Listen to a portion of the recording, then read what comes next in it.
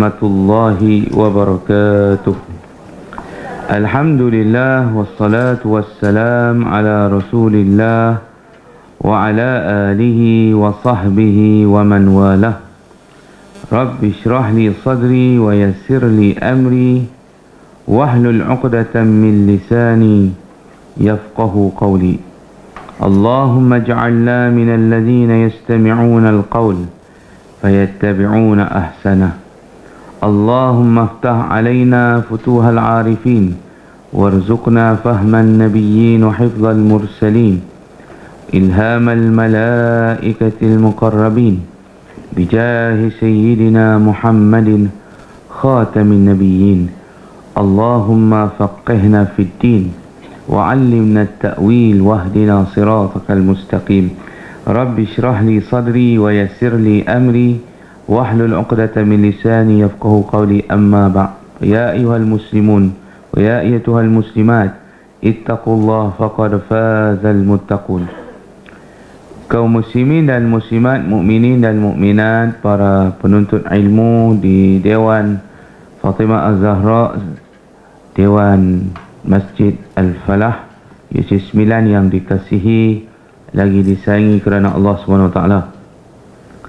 Alhamdulillah, kita bersyukur kepada Allah pada pagi ini dapat kita bertemu dalam kuliah duha kita, yang mana Ustaz ganti Ustaz Zamri Zainal Abidin.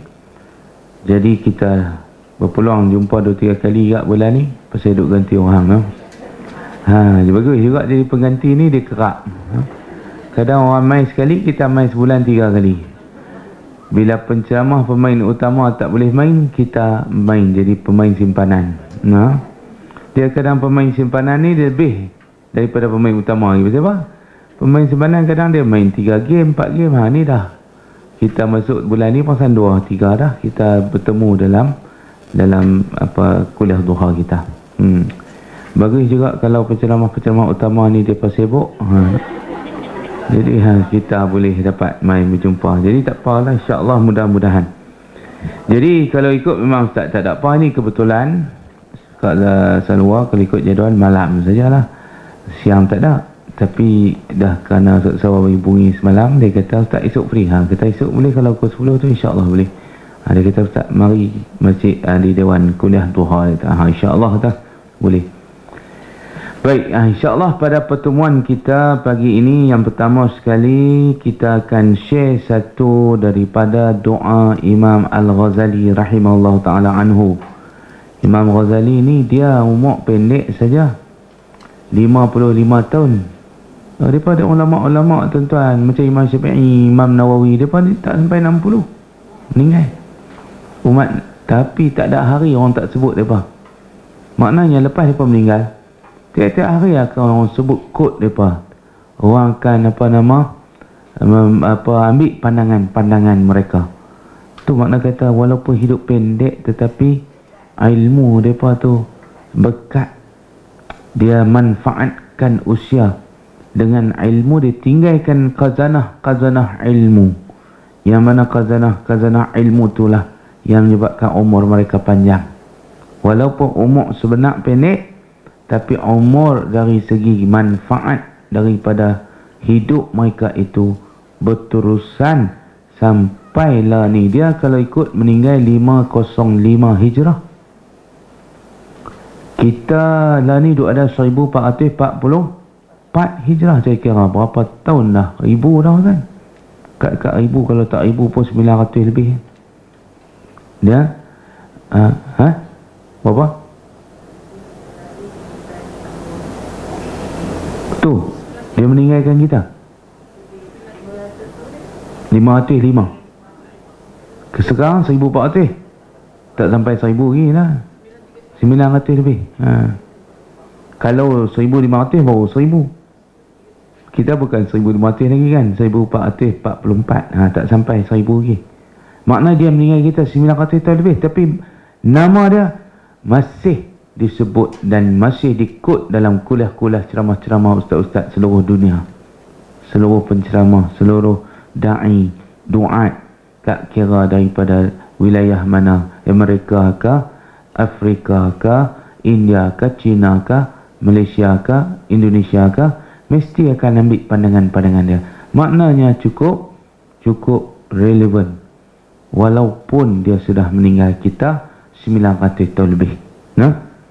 Baik, perempuan sekalian, di antara yang dia nak share dengan kita, dia nak kongsi dengan kita ialah tips bagaimana nak menikmati kelazatan bersolat. Kelazatan untuk kita merasa manis, sedap, lazatnya solat. Sebab dia kata itu pun termasuk di dalam nikmat yang kita kena cari dalam hidup kita. Terutamanya apabila kita sudah mencapai usia warga emas ni. Bila capai umur-umur emas ni, dia kata sudah pastinya kita memburu nikmat ibadat. Kita mencari kesedapan, kelazatan di dalam melakukan solat. Sebab apa? Sebab dia kata kalau kita tak dapat nikmat itu, bermakna kita belum sempurna nikmat yang Allah bagi kat kita. Makna kena tanya, tepuk dada, tanya diri masing-masing. Aku duduk semayang lah ni rasa apa? Rasa sedap ke, rasa lazat ke, rasa manis ke, ataupun rasa macam beban, satu bebanan, satu benda yang berat, ataupun menikmati dan enjoynya solat itu. Sedap duduk dalam solat, lama kita boleh solat, tak gaduh nak terburu-buru berhenti, cepat-cepat nak tamatkan solat. Kita bermesra dengan Allah di dalam solat. Tu rasa tu yang dia nak share. Umur mati 50 tahun, 55, tapi dah boleh rasa. Sebab tu kita kadang-kadang kena ambil share mereka ni. Sebab kita pun nak share dengan rasa yang mereka rasa tu, mereka nak share dengan kita. Mereka tak mau rasa tu mereka seorang saja yang rasa, tapi mereka kesian kat kita ni.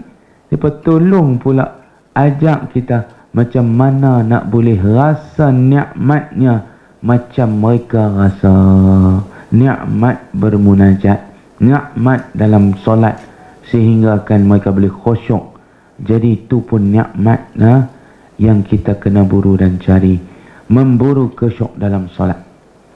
Itu tajuk kita insya-Allah. Yang pertama dia berdoa, Allahumma inna na'udzubika min salatin bila aqlin wala qalbin. Itu nombor satu doa dia.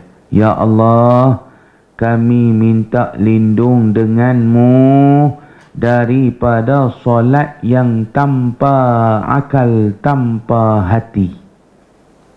Maksudnya tanpa fikiran, tanpa perasaan. Hadara fiha al-jasad wa ghaba anha al-aqla. Artinya hadir hanya jasad, tetapi hilang akal ketika solat. Tu dia fokus, tumpuan, konsentrasi solat tu. Macam mana kita nak concentrate, nak konsentrasi, kita nak tumpu dalam solat. Tu dia minta doa. Nombor satu dia ajak kita doa. Nombor satu doa. Apa-apa pun doa. Lepas tu baru dia bagi tip.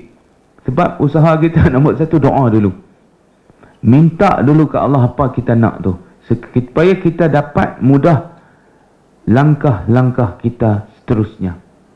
Bermula dengan doa, kemudian visi kita tu, cita-cita doa tu kita minta, ya Allah tolong aku nak dapat solat yang khusyuk, tolonglah aku bagi hadir hatiku, hadir akalku ketika solat. Aku tak mau badan saja yang hadir, tetapi yang lain semua hilang. Akal hilang, hati kita pun hilang, tidak bawa rasa, tak bawa, dan juga hati fikiran kita pun tak bawa ketika solat. Melilau rata.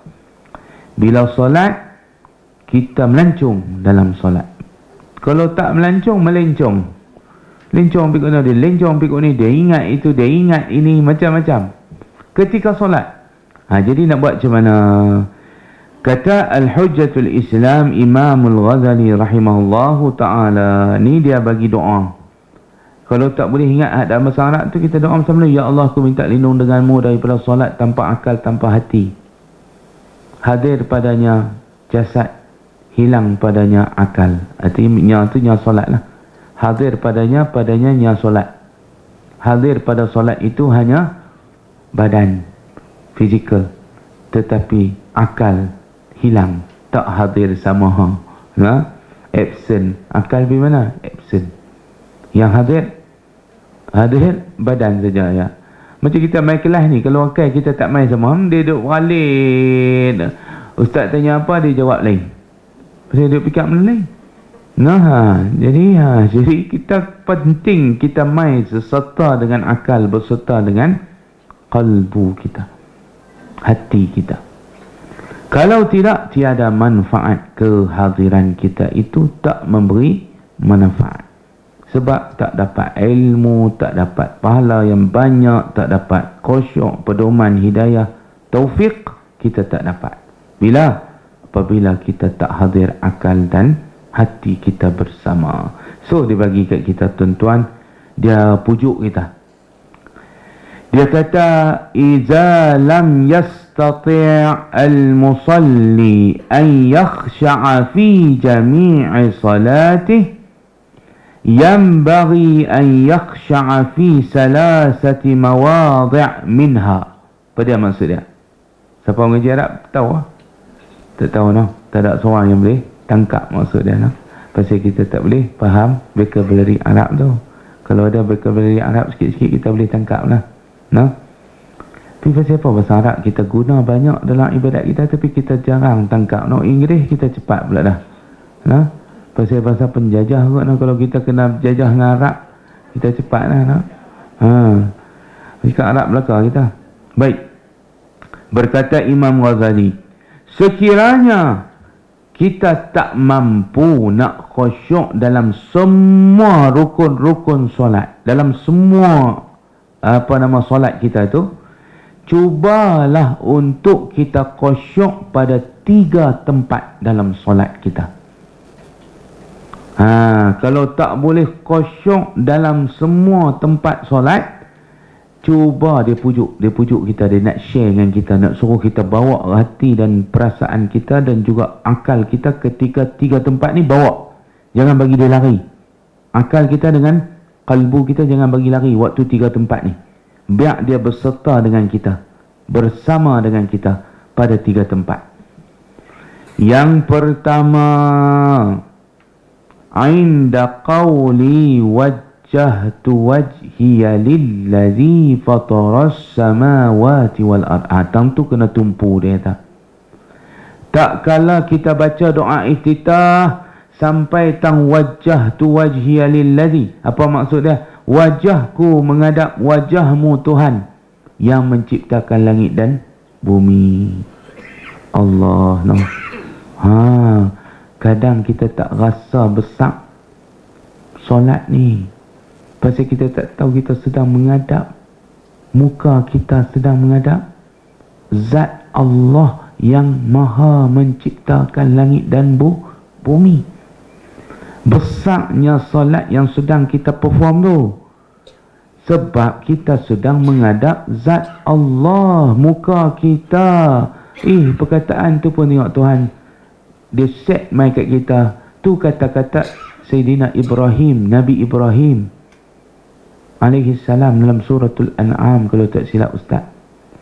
Perkataan Nabi Ibrahim tu, wajjahtu wajhiya lillazi fataras sama. Wajjahtu makna wajahku, muka aku ni, muka kita ni menghadap wajah Tuhan yang buat langit dan bumi. Takkan kita nak buat main-main lagi. Sebab tu dia suruh kita cuba ambil makna di situ.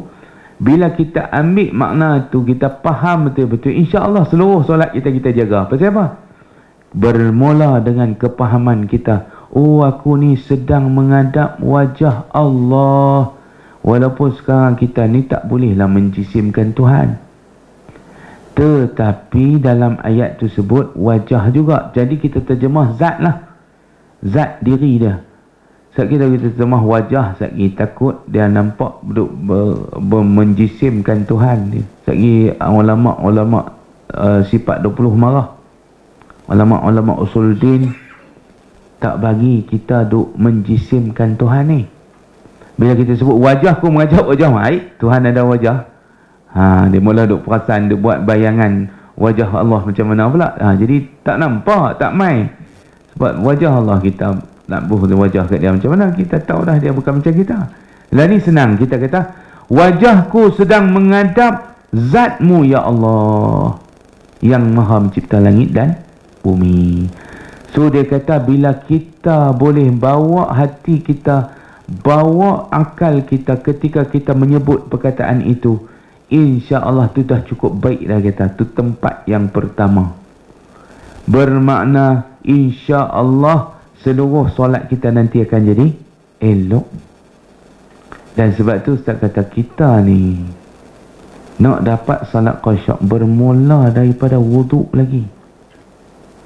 Wuduk kita tu, waktu kita ambil wuduk tu, kita kena fokus dah.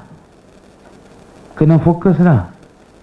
Sebab tu kalau ambil wuduk cincai buncai, sehari semayang pun cincai buncai. Tu ditambah cincai buncai pula lah.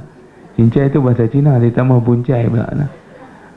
Cincai buncai makna dia akan jadi tak fokus. Kalau daripada wuduk tu dah tak fokus. Kita kena fokus daripada wuduk.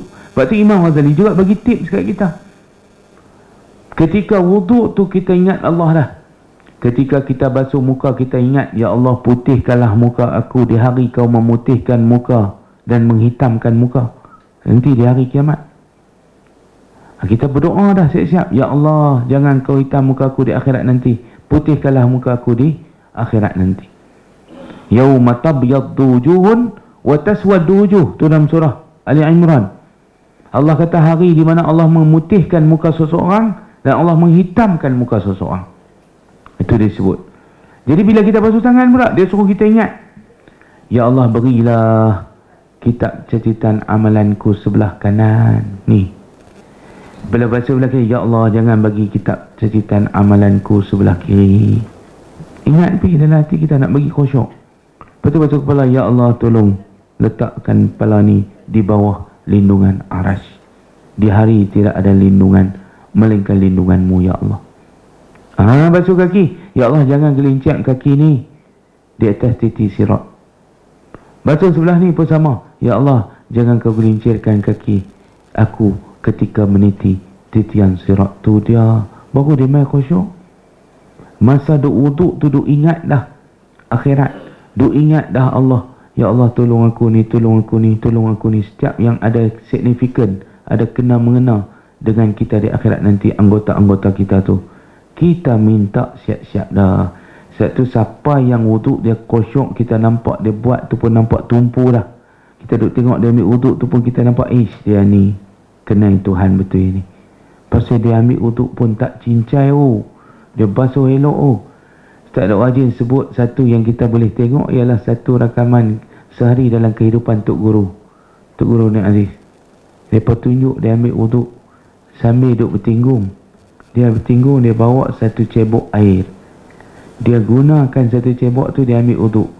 Begitu tertib, lendik. Ustaz kata satu hari Ustaz pergi ziarah, dia meninggal 2015 naik flight daripada KLIA turun pergi di Kota Baru tu, Pekalan Jepang tu, kami pergi dan semayang jenazah dia. Lepas tu ada wartawan mai duk tanya Ustaz, apa keistimewaan Tok Guru Najib ni? Di antaranya meja qayyum tu, meja besar qayyum yang duk tulis buku-buku tu, dia mai tanya. Jadi Ustaz kata Tok Guru ni dia mengajak kita bukan cakap ya, kita tengok diri dia tu pun kita dapat ilmu dah. Di antara yang Ustaz kata kat dia ialah kita tengok dia ambil wuduk tu pun kita dah dapat satu kesedaran. Tok Guru ni khusyuk dia ambil wuduk dan seni. Kita tengok balik, search balik cari YouTube Tok Guru ambil wuduk. Kita tengok dia ambil wuduk satu ni dia tumpu. Yang kedua dia ambil itu cermat, dia tunjuk kat kita satu cebok air saja. Dia maknanya dia beramai sungguh hak Nabi pesan kat Sa'ad bin Abi Waqqas tu. Yang Hakim selalu siap hadis tu, yang Nabi tanya, apa jenis pembaziran ni? Nabi tanya, Sa'ad, hang duk membazir apa ni? Dia tanya balik Nabi, adakah di tengah sungai yang mengalir ni pembaziran? Dalam wuduk pun pembazir? Nabi kata, walau anta fi nahrin jar, walaupun engkau di tengah sungai yang mengalir, Nabi kata jangan bazir air. Rupanya tu guru dia apply apa yang Nabi suruh tu. Dia boleh ambil di kolam. Boleh dia ambil di kolam macam kita lah, ambil uduk jenis tak tahu hala ni, jenis tak fokus cincai ni. Macam orang, kadang ustaz kata macam orang gila, tampak muka macam orang gila. Tak macam orang waras. Orang waras tu cetuk guru tu. Tumpu elok menghadap Tuhan dia, cara dia ambil tu dia menghayati, tahu tak? Dia menghayati, dia nak menghadap Tuhan sekali. Dia cedok, dia ambil basuh. Yang menarik ustaz dia boleh basuh kaki dia, bertinggung, dia suar kaki, tak jatuh pun sambil duduk gosok. Allah, hak tu seni tu. Hak tu kata Tok dulu boleh buat. Kita tunggin terbalik. Nak gosok kaki, duduk tinggung sebelah tu. Itulah dia cara Nabi. Dia pun boleh buat. Dan dia waktu tu Ustaz dalam 80 lebih dah. 80-an kot sebelum dia meninggal tu. Dia meninggal 83 kan. Mungkin rakaman tu dalam 78, 79 umur dia. Masa tu dia pun MB lama dah. Dan dia pun rakam, dia ambil wuduk. Jadi Ustaz tengok, ya Allah, hak ni Densman kot buat sehari dalam Tok Guru tu. Dia punya dokumentari. Jadi Ustaz bagi tahu kat tu lah, wartawan yang main tanya Ustaz tu. Tu yang kata, bukan dengar dia bercakap lagi. Dia dakwah bilhal, dengan perbuatan dia bisa menawan kita. Tu yang kata, aura dia tak jumpa dah. Nak cari macam tu 1000 tahun lagi baru jumpa. Tu kata bukan senang seorang tokoh hilang. Nak ganti balik tokoh tu, payahlah. Tengok satu negeri Kelantan, tak ada. Satu Malaysia nak ganti dia, tak ada. Satu dunia main nak ganti tempat dia tu, nak tunjuk aura macam dia tu, tak ada dah. Anak dia sendiri tak boleh, cucu dia tak nampak lagi. Payah nak kata lahirkan tokoh ni tu. Sebab tu dikatakan bila hilang tokoh ni, hilang memang dah berganti, tetapi tidak seperti. Tidak seperti makna tidak sama. Ulama ni dia hilang, payah berganti. Hak lain boleh. Tok Guru kita Ustaz Fahmi Zamzam, almarhum rahimahullah ta'ala, dia sebut dalam satu kuliah dia kata pepatah tu terpakai pada yang lain, bukan pada ulama. Pemimpin ke, Perdana Menteri ke, hilang tumbuh, patah berganti. Tetapi pepatah ni untuk ulama tak boleh pakai. Dia kata pasal apa? Tak sesuai nak pakai pepatah ni. Sebab apa? Yang ganti tak seperti. Mungkin dia ganti juga MB, dia ganti juga sebagai Mursyidul Am, dia ganti juga, tapi tak sama seperti itu. Dia tak boleh kita nak kata pepatah ni nak pakai pada yang lain, boleh dia kata, tetapi bukan pada ulama. Maka tuan-tuan Ustaz jawab begitu, kata kepada wartawan tu, bermakna dia ni satu tokoh yang kita boleh dapat ilmu tanpa perlu kita dengar dia bercakap. Kita tengok perbuatan dia tu pun kita dah boleh dapat sesuatu.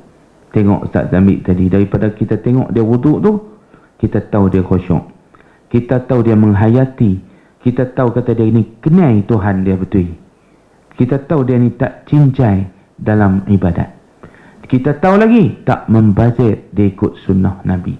Nabi larang pembaziran dalam wuduk. Kita kecedok jurus gayak, jurus kaki tu, kalau guna ayat kolah sampai 5-6 cebok, kadang satu kaki. Lepas tu kaki sebelah lagi, tengok dia tu sebut satu kaki, apa puan sebut 5-6 cebok, sebelah kaki lagi 5-6 cebok lagi. Pembaziran di dalam wuduk yang tu saja pun tahu dah ni bukan ikut Nabi, ikut setan. Pasal apa? Pembaziran itu saudara setan. Mereka nak reduce sebenarnya tu, tak mau jadi saudara setan tu. Mereka ingat So dia ambil secebok tu, ustaz tengok dia basuh kaki, guna air secebok tu, sempurna wuduk dia. Yang kita sampai setimba 2 timba sekolah haram tak sempurna wuduk, nampak pun tahu. Tu dia tuan-tuan, dia gosok kaki dia, selat jari-jari dia sambil dia duduk bertinggung, tak terbah, tak tomoh. Orang Kedah kata tak tunggin. Tak tunggin. Kalau kita tunggin kot tu, tunggin kot ni, tunggin kot depan pun boleh jadi. Puluhan dah umur tu, 70 duk elok lagi, lutut lembut lagi, boleh lipat, boleh duduk bertinggung, suar kaki basuh sebelah kaki dia tu, dia selat dia basuh. Lepas tu dia tak kaki ni, dia angkat kaki belah ni pula. Amboi mak, tu dia Tok Guru. Tu baru Tok Guru tu. Hak lain Tok Haru, Tok Garu ya, bukan Tok Guru. Tu baru Tok Guru. Tok Guru ni kita tengok depa tu kita rasa ingat Tuhan dah. Baru tengok ustaz kata. Belum dengar dia bicara lagi, belum dengar dia kupas lagi, baru kita duk ikut dia pi. Tengok dia ambil wuduk, tengok dia semayang. Kita dah tahu kata, oh dia ni memang Tuhan. Tu sebab tu aura dia, bila kita semayang belakang depa, kita ada aura kosong tu main kat kita juga. Main kat kita. Sebab tu kalau dulu kita pi tuan-tuan Kelantan, Kota Baru ustaz duk pi tu, mesti semayang subuh pi Pulau Melaka. Nak semayang belakang dia, dia memang jadi imam. Sekali dia bagi tazkirah subuh sikit. Dan dia kata selalu orang nak buat budak-budak tahnik lepas subuh tu, lepas dia kuliah sikit, nanti buat main lah baby main. Untuk ditahnik oleh Tok Guru. Anak ustaz dulu sulung minta dia buat minyak selusuh, dia main Masjid Sanwi, ustaz bawa dia main. Tulan dia ada sini, bawa main sembahyang Zuhur masa tu 2,000 orang main kuliah Zuhur Masjid Sanwi. Penuh atas dan bawah Masjid Sanwi tu. Pasal apa? Tok Guru nak bagi tazkirah Ramadan masa tu, kuliah Zuhur. Dia pun main ustaz kata ni Tok Guru anak nak dapat anak pertama, anak sulung masa tu. Dia main sekitar 2008 2009 itu. Maka bagilah kat dia minyak, suruh dia baca sikit supaya selusuh bagi mudah salin. Rumah dia pun buat lepas pada dia kuliah apa, tak suruh dia buat awal tu dia tak mau. Dia kata anak bukan main nak buat ni, nak ceramah, dia kata nak bagi ilmu. Hak tu sagi. Dia kena marah dah. Macam ni dia mana? Dia tak bagi muka punya, dia kata tak boleh, sagi hak tu sagi dia. Lepas tu tak suruh dia duduk nak bersalam, dia tak mau. Lepas tu dia nak berdiri lama, tak mau. Dia orang duk sembah dia, duk main, duk hormat dia, tak mau. Dia tak mau nak tak kursi bagi dia orang pakat nak salam kan dia. Dia kata tak payah, sambil berjalan. Tak pegang dia sebelah, bawa dia pergi sampai kereta. Tak payah duk jadi orang kata apa, duk menyembah dia, tak mau. Duk hormat, duk sanjung dia, duk puja dia tak mau. Tok Guru hak betul tak mau orang puja dia. Tok Guru hak tak apa betul ni, yang seronok sangat orang duk cium tangan, so jilat dengan tangan tiri tu. Melampau. Tok Guru betul tarik, tak mau. Orang duk cium tangan depa, takut hati depa. Dia jadi kod lain, dia main riak dan segala. Tu semua pengajaran tu. Jadi orang kata apa? Bermakna bukan saja kita dengar mereka bersyarah, kita tengok mereka pun kita rasa ingat Tuhan dah. Kita semayang tu yang kata orang yang soleh Rabbani, dipanggil apa? Insan Rabbani. Insan Rabbani ni bermakna kita tengok dia, kita ingat Tuhan. Tu insan Rabbani. Kalau kita tengok dia tak apa-apa pun, bukan Rabbani lagi. Rabbani ni insan ketuhanan dipanggil. Bermakna kita tengok dia, kita akan ingat ke Tuhan. Kita akan ingat Tuhan kita. Tu insan Rabbani. Dia ada istilah Rabbani, insan ketuhanan. Rabbani ni makna insan yang membawa kita ingat Tuhan. Itu nombor 1. Ketika baca wajjahtu wajhiya lilladzi fataras samawati wal ard hanifan muslimah wa ma ana minal musyrikin. Cuba fokus, cuba tumpu, cuba konsentrate ketika kita melafazkan wajjahtu wajhiya lilladzi. Pasal teli dengan makna dia tu, teli dengan makna supaya kita dapat khusyuk tu. Sesuai sangat. Pasal bila kita faham makna wajahku menghadap zatmu wahai Allah yang buat langit buat bumi, rasa apa? Kita rasa kita kena jaga sopan santun, adab tata sila, protokol. Sebab bila menghadap, kita ingat balik kalau menghadap raja, menghadap sultan, menghadap agung, kita jaga etika, protokol. Kena angkat tangan. Pegawai protokol mai duk latih kita rehearsal raptai. Sebelum kita pergi menghadap tu, dia akan ajak langkah macam ni. Tak boleh bagi belakang, tak boleh bagi punggung, kena bagi jaga unuk. Tak boleh pusing depan tu, kena unuk. Cuba tak fokus kita waktu kita pergi menghadap agung, jatuh tunggin terbalik sebab tak fokus. Nak naik tangga tu, nak turun tangga, lepas tu nak pusing tak boleh, kena unuk dulu 2-3 langkah. Lepas tu nak sebut apa, tak boleh sebut biasa, terima kasih tuanku, tak boleh. Menjunjung kasih tuanku, tu dilatih tu. Kami dulu tuan-tuan di Kedah, Ustaz 2 kali menghadap Sultan Kedah. Satu ambil syahadah Maktab Mahmud, menghadap sekali. Lepas tu ambil ijazah di Insaniah dulu ni, College Universiti Insaniah. Dia main bagi kat Ustaz Zalim. Jadi kami tahulah nak menghadap, nak ambil hadiah tu, mereka dah bagi tahu latih dah. Sekali dia kata semua jangan sebut terima kasih apa, kena menjunjung kasih nah, jangan duk terima kasih nah, pasal ni bukan orang biasa, sultan, raja, kita tak boleh guna bahasa kita, kena junjung bahasa istana. Apa dia? Menjunjung kasih tuanku. Sultan Zalim tengok junjung kasih, dia angguk. Nah, tu kita kena unuk. Tolak, tak boleh duk pi duk berjalan bagi tu dia beralih terus, tak boleh. Tu makna kena fokus.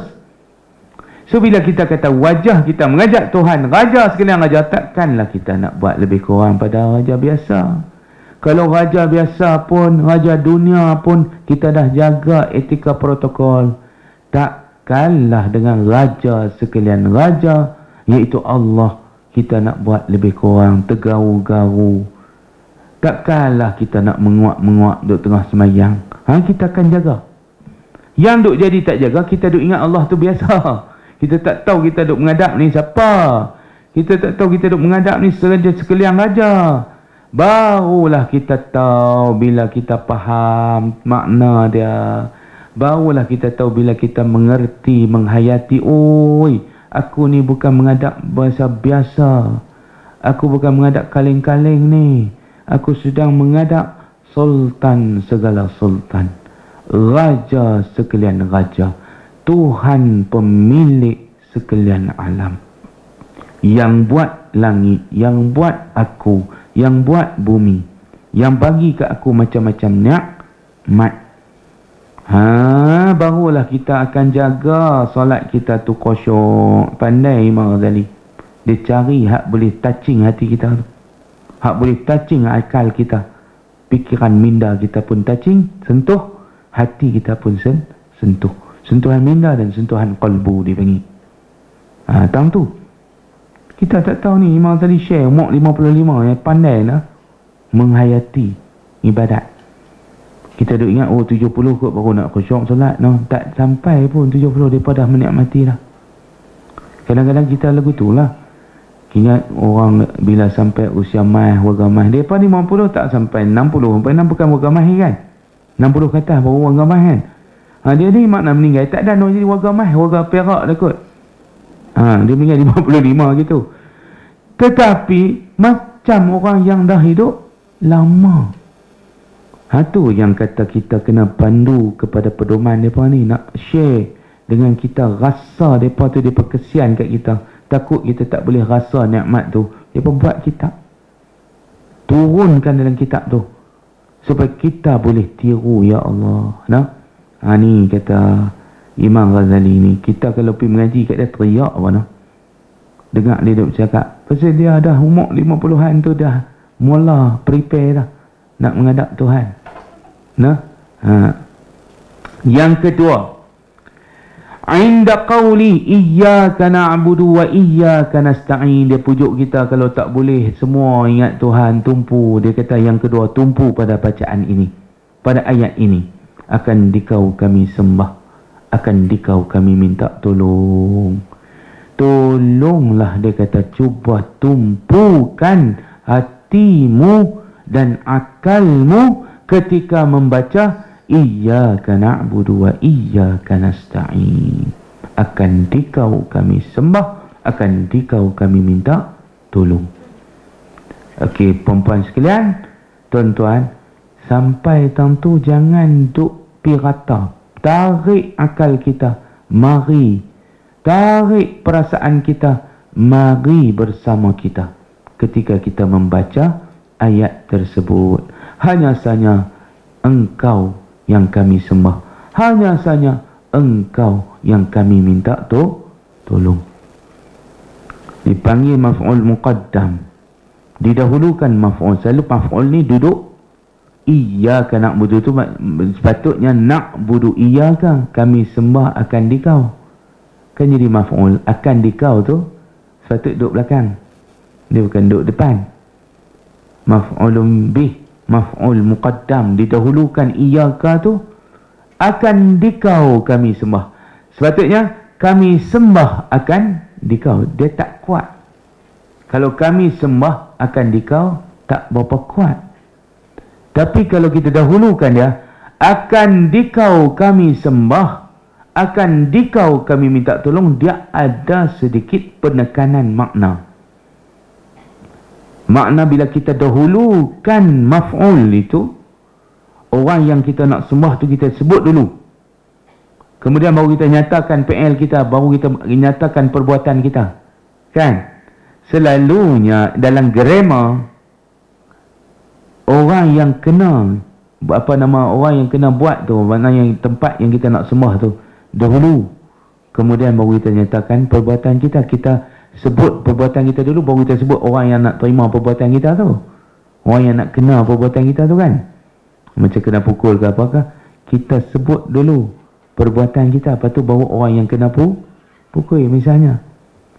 Nah, tetapi ni iyyaka na'budu wa iyyaka, kita sebut orang yang kita nak sembah tu dulu. Zat yang kita nak sembah tu kita kata akan dikau kami sembah, akan dikau kami minta tolong. Sebab tu dulu terjemahan dulu Ustaz pakai tu, terjemahan ikut grammar Arab.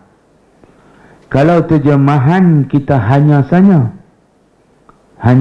ni adatul hasri innama, patut hanya saja innama, bukan iyyaka. Hanya saja terjemahan untuk innama. Tetapi kalau iyyaka ni terjemahan yang kita kena pakai nak bagi real nampak tu, guna hak Ustaz sebut. Dalam solat nanti kita sembahyang zuhur lagi, iyyaka na'budu tu akan dikau ya Allah. Buat macam tu. Kami sembah akan dikau ya Allah. Baru nampak macam dialog kita dengan Tuhan. Baru kita menghadap betul. Jadi ya Allah, akan dikau kami sembah, akan dikau kami minta tolong. So dia kata jangan sampai tahun tu kita kena tumpu. Masa itulah kita kena hadirkan kebesaran Allah Ta'ala. Kita kena kenang balik, kita ni perlu dia, bukan dia perlu kita. Allah Ta'ala tidak memerlukan kita. Kita tumpu ke kita tak tumpu ke, kita solat ke kita tak solat ke, kita fokus ke kita tak fokus ke, kita khusyuk ke kita tak khusyuk ke, dia tak luak sikit pun, dia tak terjejah sedikit pun. Tu kita kena bawa ketika tersebut iyyaka na'budu wa iyyaka nasta'in. Yang terjejah, yang akan kita luak kita bila kita tak tumpu, bila kita tak khusyuk, bila kita yang rugi, kita yang akan menanggung risiko akibat tak khusyuk solat tu. Kita lah yang akan jadi kosong jiwa, kita lah yang akan jejas, kita lah yang akan tak berjaya. Sebab Allah kata orang yang berjaya itu orang yang khusyuk dalam solat. Qad aflahal mu'minun alladhina hum fi salatihim khashi'un. Jadi disitulah bila kita sebut iyyaka na'budu wa iyyaka nasta'in, Ya Allah, kami perlukanmu, mu tidak perlukan kami. Kami sabar miskin, engkau sabar kaya. Ini perkataan Tok Guni Aziz juga ni. Kami sabar lemah, engkau sabar sabi kuat. Tu dia. Bab satu kita bawa mai rasa tu. Bawa rasa hati kita tu. Ya Allah, betapa kami hina di depanmu. Betapa kami miskin di depanmu. Betapa kami ini mengemis rahmatmu. Kami tidak boleh terlepas daripadamu walau sekelip mata. Baru mai khusyuk. Kena duk bercakap dengan diri kita. Kena duk kenal Tuhan. Kena duk ingat jasa-jasa dia. Kena kita duk sebut, mention selalu. Allah ni perlu, tak perlu kita. Kita perlu Allah. Pasal apa kita kata nasta'in? Dia saja yang boleh tolong kita. Ya Allah, kami tahu kau seorang saja yang boleh tolong kami. Lain pada kau tak boleh tolong. Kalau 1000 doktor pakar nak menyembuhkan kami, kau tak izin, tak jadi. Beribu ringgit dibelanjakan nak dapat sihat. Kalau kau tak bagi, tak dapat sihat. Ratus ribu operasi jantung sebagainya. Kalau kau tak izin, kalau kau tak benar, tak tolong kami, nasta'in tu, kau tak bagi, nescaya binasa kami, nescaya gagal kami. Betul? Tu sebab kita kata hanya sahaja dia saja boleh tolong kita. Yang tu i'tiqad kita, keyakinan kita. Dia saja tempat kita nak minta tolong. Akan dikau kami nak minta tolong. Jadi di antara yang kita perlu pasakkan dalam rasa dan dalam minda kita, dalam hati dan dua akal kita, tak kala kita baca, Ya Allah, kami nak menyembahmu dengan sepenuh hati, nak minta padamu pun dengan sepenuh hati kami, keyakinan kami, dan kami rasa dengan hati kami, sanubari kami dengan sebenar-benar rasa bahawasanya engkaulah Tuhan kami yang kami sembah, yang boleh bagi manfaat, yang boleh bagi mudarat. Tu bila kita sebut nasta'in tu, makna kita nak minta tolong, nak bagi hilang mudarat, nak bagi kita dapat manfaat. Dari dia saja kita boleh dapat manfaat, dari dia kita boleh dapat mudarat. Sebab tu Ustaz kata dia tak perlu kita, kita yang perlu dia. Maka kita kena buat elok-elok. Jangan buat lepas batuk di tangga. Jangan buat cincai, Ustaz sebut cincai bunjai. Tetapi buat dengan solat yang kita perform itu, perform dengan penuh rasa.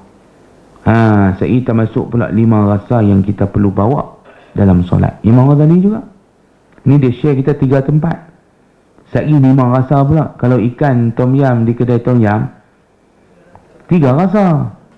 Jadi pagi ni Ustaz jamu perempuan, lebih lagi lah 5 rasa. Lebih 2 rasa. Jangan buat main. 5 rasa yang kita kena bawa ketika solat nak capai khusyuk. Yang ketiga, tak mana kita nak bawa, nak bagi tumpu ni, dia share dengan kita. Inda qawli assalamu alayka ayyuhan nabi. Tak kala kita bagi salam kat Nabi dalam tahiyat awal, tahiyat akhir. At-tahiyyatul mubarakatus salawatut tayyibatu lillah. Tu Nabi bagi salam kat Tuhan tu. Nabi ucap dulu ketika menghadap. Ni kena ingat ni. Dialog ni adalah ketika Nabi menghadap Allah Ta'ala dalam peristiwa Isra' dan Mi'raj. Nabi duduk macam kita duduk tahiyat tu. Duduk bersimpuh tu. Di depan zat Allah Ta'ala. Bersimpuh dan Nabi bagi salam. At-tahiyyatul mubarakatus salawatut tayyibatu lillah. Nabi kata macam tu. Lepas tu Allah Ta'ala balas. Assalamu alayka ayyuhan nabiy wa rahmatullahi wa barakatuh. Jadi waktu bagi salam tu, cuba hadirkan Nabi, dia kata. Dalam hati kita, ketika sebut Nabi tu, Cuba rasa kasih sayang Nabi, cuba rasa pengorbanan Nabi, cuba rasa perjuangan Nabi. Cuba ingat Nabi yang bawa kat kita solat, Nabi yang bawa kat kita iman, Nabi yang bawa kat kita Islam, Nabi yang bawa kat kita cara hidup yang sempurna, cara hidup yang diridai Allah, Islam. Ingat balik kat dia tu, waktu kita sebut nama dia Nabi, jawatan dia tu, Assalamualaikum ayyuhan Nabi. Masa tu dia suruh kita bawa segala rasa kita, segala minda fikiran kita tumpu kepada perkataan Nabi tu. Bagi kita teringat dalam solat, oh aku ada Nabi, oh aku ada Nabi. Nabi inilah yang bawa aku mai ke aku solat, yang bawa mai ke aku iman, yang bawa mai ke aku ibadat. Kenal Tuhan. Lalu kita pun akan buat dengan terbaik. Malu kat Nabi. Teringat kat Nabi perjuangan dia nak bawa Islam, iman, nak bawa solat ni. Yang aku boleh solat hari ni pasal Nabi aku tu lah. Jadi takkan nak buat cincai lagi. Jadi kita boleh buat dengan khusyuk, dengan sempurna, dengan penuh rasa, bukan main-main, dengan sungguh-sungguh dalam kita solat. Bila 3 tempat tu perempuan, bila sebut Nabi, kenang jasa Nabi. Bila sebut Nabi, kenang perjuangan Nabi. Bila sebut Nabi, kita ingat segala kasih sayang dia. Ni Nabi yang ku bagi salam kat dia ni lah, yang duk doa kat aku dalam setiap tahajud dia. Tak pernah tinggal kita, tak pernah tinggal kita dalam munajat dia. Walau dia tak pernah jumpa kita, walau dia tak pernah lihat kita, tetapi doa kepada kita sudah dia panjatkan kepada Allah. Allahumma ghfir li ummati. Doa dah. Sayang kat dia, sayang kita. Bila kita kenal balik cinta kasih kat Nabi tu, juga akan bawa kita khusyuk. Pandai Imam Ghazali touching. Dia pakar dalam bab hati ni. Dalam bab nak bagi khusyuk ni, dia bedah sungguh-sungguh. Ilmu Imam Ghazali dia lebih kepada ilmu tasawuf ni. Dia nak bawa kita mengoreksi diri kita untuk mengenal aib diri kita sendiri. Dia tak ajak kita untuk buang masa duk mengaji khilaf ulama'. Dia kata nak buat apa? Nak bergaduh, berbalah. Dia kata buat apa? Kita ilmu manfaat. Dia kata ilmu yang boleh membetul diri kita, ilmu yang dapat meningkatkan kualiti solat kita. Yang tu ilmu manfaat. Dia kata aku nak bawa anak-anak muridku supaya dapat menikmati sedapnya solat. Itu ilmu manfaat. Daripada duk bawa habis masa duk tengkak kaul kau ni, kata kau ni, hantam rod pula, kritik pula pendapat-pendapat tu. Dia tak mau, dia kata. Bukan dia masa dia kita habis, kita duk sat saja di dunia ni. Jangan duk habis masa duk mengaji, duk kritik kawan ni, duk penat hujah kita, penat hujah kawan ni. Tak ada. Rugi masa hidup sat sangat. 60, 70. Ustaz cerita dulu kan, di sini umat Nabi Nuh umur 49 tahun. Panjang. Kita ni 60, 70 average Nabi kita, purata.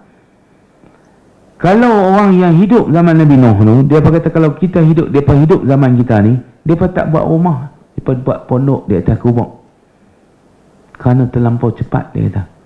Kami akan bina sujud rokok di atas kubur kami itu, sebab untuk persiapan pada hidup saat sangat. Kita bina bangunan macam nak duduk 1000 tahun, pada hakikatnya 60-70 ya. Perkemas sungguh, piling lepas piling, piling saja 2-3 kali piling. Punya nak bagi kukuh macam kita nak duduk 1000 tahun.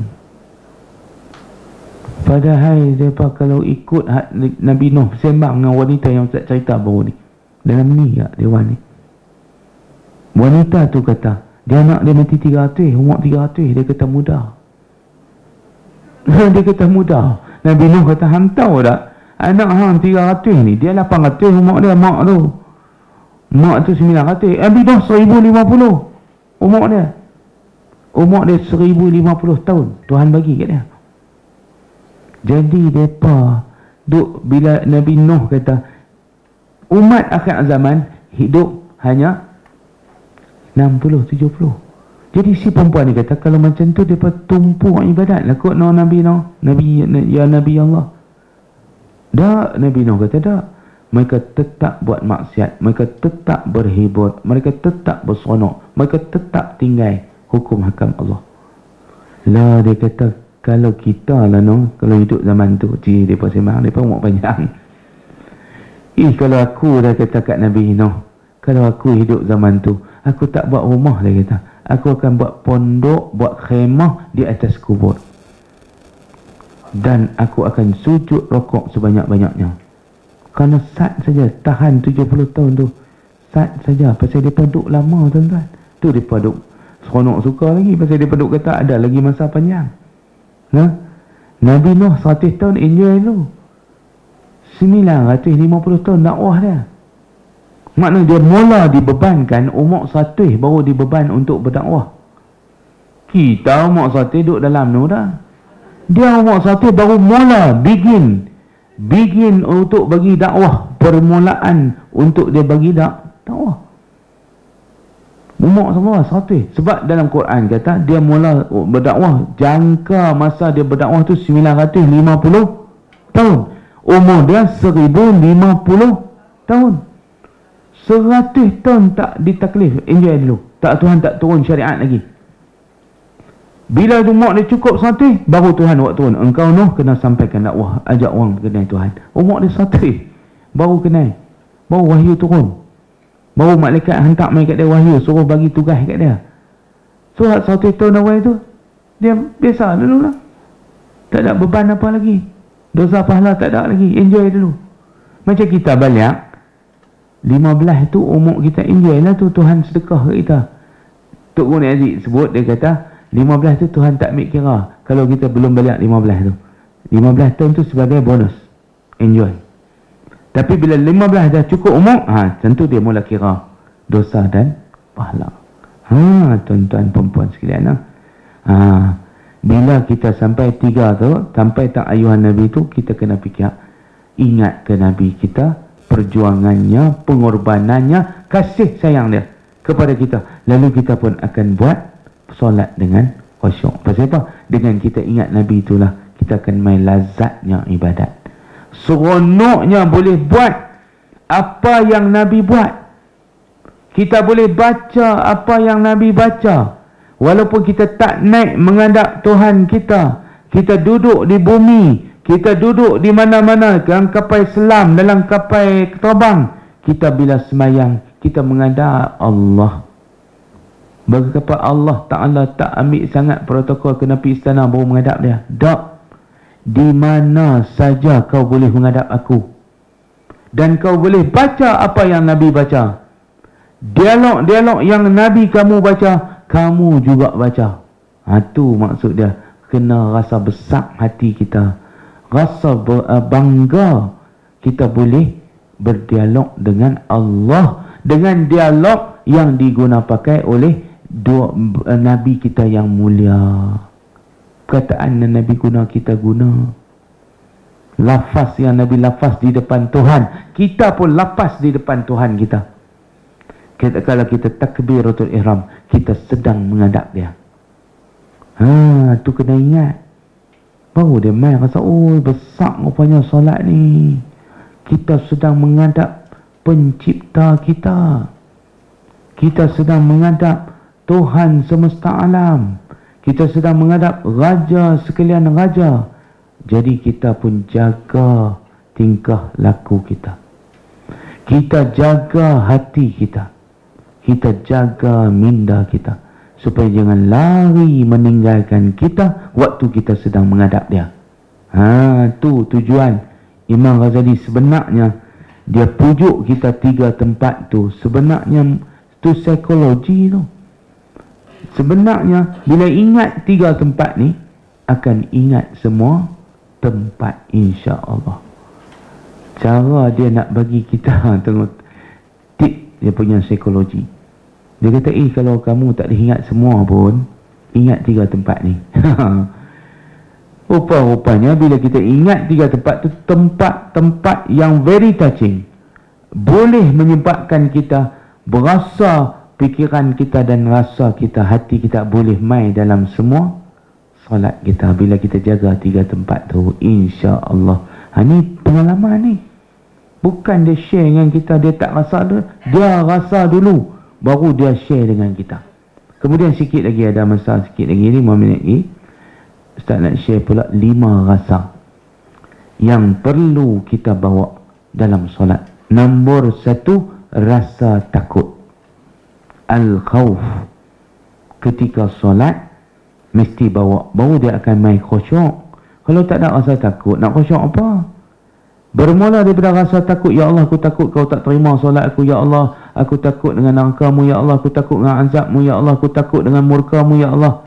Dengan rasa takut tu kita akan buat dengan terbaik. Seumpama orang yang takut, dia akan fokus. Seorang yang diletakkan senapang di hujung kepala dia, dia akan buat dengan terbaik. Apa sahaja yang orang tu suruh, dia akan buat. Sebab dia takut nyawa dia melayang, senapang di kepalanya. Kalau kau tak buat, aku tembak. Jadi kita akan buat sehabis yang boleh menyebabkan dia tak murka kat kita. Kita akan buat bagi dia, si yang pegang senapang tu tak jadi marah kat kita. Sebab kalau dia mapung, dia tembak mati kita. Jadi macam mana? Rasa takut macam tu lah ketika kita solat. Jadi kita akan buat sehabis baik supaya jangan bagi suara senapang yang duk hulur senapang tu naik marah. Kita akan jaga. Kalau dia naik marah, melayang kita, binasa kita. Jadi macam itulah rasa yang kita kena bawa ketika solat.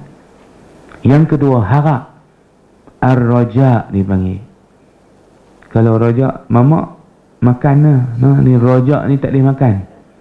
Raja ni, raja harap. Boleh harap. Jadi bawa rasa harap. Ya Allah, aku sembah-Mu, aku sedang menghadap-Mu, ya Allah. Harapanku agar Kau redha padaku. Harapanku agar Kau rahmat aku. Harapanku agar Kau sihatkan aku. Harapanku kepadamu, ya Allah, dengan perform solat yang ku buat ni, Kau limpahkan ridwan-Mu, keredaanmu kepadaku. Kau limpahkan kesihatan kepadaku. Kau limpahkan kemudahan dalam urusanku. Tu kena bawa ketika solat. Iyyaka na'budu wa iyyaka nasta'in. Ya ayyuhallazina amanu ista'inu bis sabri was salah. Tolonglah, minta tolonglah dengan daripada Allah dengan cara sabar dan solat. Yang ketiga, lepas pada al-khawf, ar-raja, yang ketiga rasa kepada Allah pula. Bukan rasa diri kita. Hak tadi diri nah. Harap, takut, harap tu diri kita. Sekarang ni kita kena rasa Allah pula dalam diri kita, iaitu al-haibah, rasa haibah. Bukan haibah diri kita, haibatullah, zat yang kita sembah tu. Kita kena rasa zat yang kita sembah tu zat yang hebat. Zat yang kita duk menghadap tu zat yang hebat, zat yang penuh dengan kehaibatan. Buang haibat diri kita. Jangan duk masuk rasa haibat diri kita pula dalam solat. Tak. Rasa haibat zat Tuhan yang kita sembah tu, yang sedang kita duk menghadap tu, kena masuk rasa tu. Yang tu Ustaz sebut iyyaka na'budu wa iyyaka nasta'in tadi. Dia perlu, kita perlu dia, bukan dia perlu kita tu. Rasa tu, rasa kehebatan Allah tu. Dia tak heran kat kita, kita yang kena heran dekat dia. Sebab dia tak perlu kita, kita yang perlu dia. Jadi kena buat elok-elok. Rasa kehebatan Allah masuk dalam hati kita ketika solat. Yang kedua, ta'zim. Mengagungkan Allah tu kena ada. Zat yang kita nak sembah tu, jangan duk anggap dia biasa-biasa. Dia lebih pada biasa. Dia lebih pada semua raja-raja. Dia lebih pada semua sultan-sultan. Dia lebih pada semua presiden-presiden. Dia raja sekalian raja. Kena ingat yang tu, ta'zim. Membesar, mengagungkan Allah. Rasa mengagung tu dalam hati kita. Tu dipanggil ta'zim. Dan yang last sekali, al-haya, malu. Kena bawa rasa malu dalam solat. Jadi siapa yang duk ajak kita tak malu, jangan duk ikut. Ni lah dia ikut ramai pula tu. Kan ada orang duk ajak malu apa, malu apa, malu apa. Duk jajar lah ni, malu apa, malu apa. Ada ke patut pergi duk tanya malu apa? Sedangkan kita nak khusyuk pun kena bawa rasa malu. Bila tak ada malu, tu yang sembahyang tak khusyuk. Tak ada malu. Menghadap Allah Ta'ala dalam keadaan tak ingat kat dia pun tak malu. Kita rasa malu bila menghadap Tuhan dalam keadaan tak ingat kat dia. Jadi tu yang jadi khusyuk. Sebab tu malu ni penting dalam iman lah. Masuk di dalam apa? Di dalam iman. Nabi sebut apa dah? Al-haya'u minal iman. Malu itu sebahagian daripada iman. Dengan adanya malu itulah kita jadi khusyuk dalam solat. Cuba bayang tak ada malu. Bayang tak ingat pun tak rasa apa. Tak semayang pun tak rasa apa. Tak rasa berdosa, tak rasa bersalah. Rasa malu. Ini bahaya tuan-tuan. Bila masyarakat Melayu kita sudah hilang malu, binasalah bangsa kita. Binasalah negara kita. Punah ranah, musnah tamadun kalau sudah tidak ada malu. Nabi ajak tuan-tuan, Nabi sebut dalam satu hadis, perkataan yang Nabi dulu pesan kepada umat, dan aku pun nak pesan ke umatku, ialah iza lam tastahi fasna' ma syi'ta. Apabila kamu sudah tiada malu, buatlah apa yang kamu suka. Tu pesanan Nabi-Nabi. Nabi-Nabi dulu pesan kat umat dia. Nabi Muhammad pun pesan kat kita. Nabi kata apa? Apabila kamu sudah hilang malu, buatlah apa yang kamu suka. Sebab tu Ustaz kata, bila lah ni hilang malu, tu yang jadi terjoget-joget, terkinja-kinja depan TikTok. Lepas tu satu dunia tengok. Dia lempak main kat kita Yahudi ni TikTok, app saja. Dia lempak main kat kita Facebook, dia lempak kita Instagram, dia lempak main kat kita TikTok, Facebook, YouTube, sampai tak ada malu, janji boleh duit. Dia bila mak dia marah kat dia, apa hang duk tunjuk kat orang, aku dapat maklumat kata ni hang duk TikTok, pergi duk hantar, pergi orang semua pekat duk tengok hang duk berjoget, bergencok, berkinja-kinja. Tak malu ke? Malu apa mak? Dapat duit, bukan peri. Satgi orang view banyak, dia tengok bayar kat saya. YouTube bayar, Facebook bayar, masuk akaun. Ni malu apa? Mak dia tahu masuk duit ke? Masuk duit tak apa. Buatlah apa-apa yang nak buat. Nah, pergi kat mak sikit. Nah, ambil. Dia pun bagi kat mak dia, nah mak ni, bulan ni duit YouTube saya duk terkinja-kinja buat bahan tu. Kena buat bagi pelik-pelik sikit bagi orang nak tengok. Kena buat bagi hilang-hilang malu sikit, baru orang tonton banyak. Kalau tidak, orang tak tonton, orang tak tengok, orang tak view. Kita buat pelik-pelik baru orang view. Boleh londes sikit, londes sana, londes sini, baru orang tengok. Dia pun buat lah, dia buat. Maka tuan-tuan, inilah dia. Malu itu amat penting dalam nak menjaga iman dan nak jaga solat. Sampaikan yang kelima, Imam Ghazali bubuh juga malu. Rasa malu mesti ada ketika kita solat. Barulah akan mari khusyuk di dalam hati kita. Itu dia.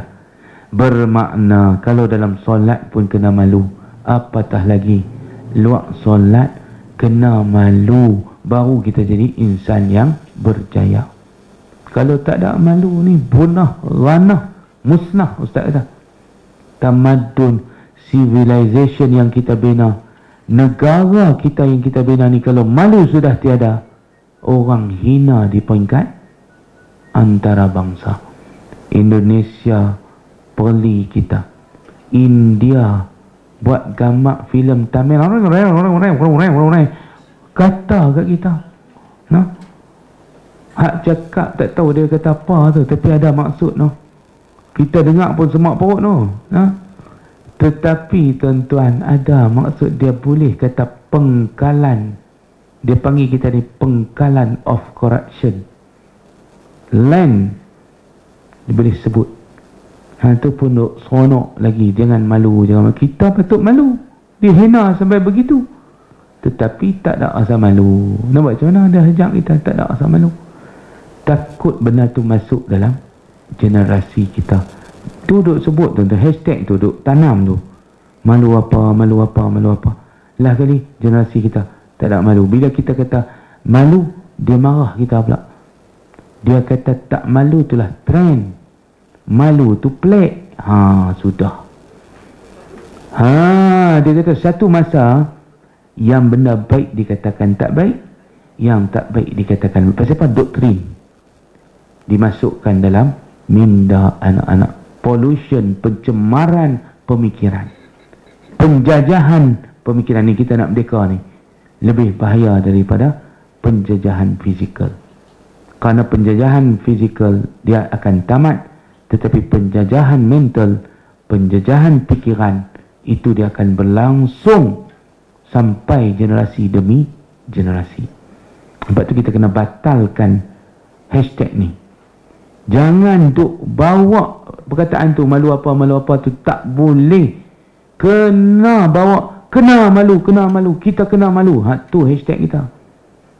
Sebab malu itu sifat yang mulia, yang membawa kita kepada khusyuk, yang membawa kita kepada rasa lazat dalam beribadat. Kalau tak ada malu, tak ada rasa sedapnya ibadat, sedapnya lazat dan manisnya ibadat. Kalau tuan-tuan puan-puan nak rasa manis lazat ibadat, kena ada rasa malu. Alhamdulillah, syukur pada Allah. Allah Ta'ala bagi kat kita rasa malu, rasa takut. Dua-dua ni rasa-rasa yang baik untuk kita berjaya dunia dan akhirat, insya-Allah. Nah, jadi sekadar itu.